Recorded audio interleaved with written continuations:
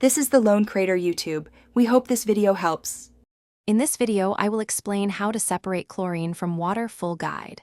Start by testing chlorine levels and gathering activated carbon, sodium thiosulfate, and protective gear. First, identify whether chlorine is free or combined and record the concentration in ppm.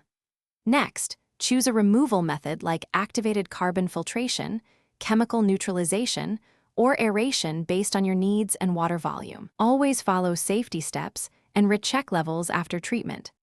Activated carbon is a reliable way to separate chlorine from water for many household uses. Set up a carbon filter or batch contact tank and allow water to sit with carbon for several minutes to maximize absorption. Flow rates and contact time matter, so slow, steady passage through the media yields the best results.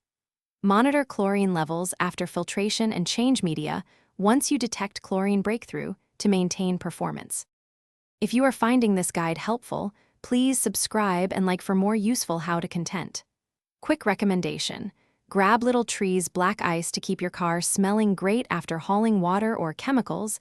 It adds a funny, fresh twist. Check the description for the link and other deals so you can pick one up easily. Thanks for the support. Now let's get back to the video. Chemical neutralization is fast for treating measured volumes of chlorinated water. Calculate the required sodium thiosulfate dose from the chlorine ppm and add it slowly while stirring to ensure even distribution.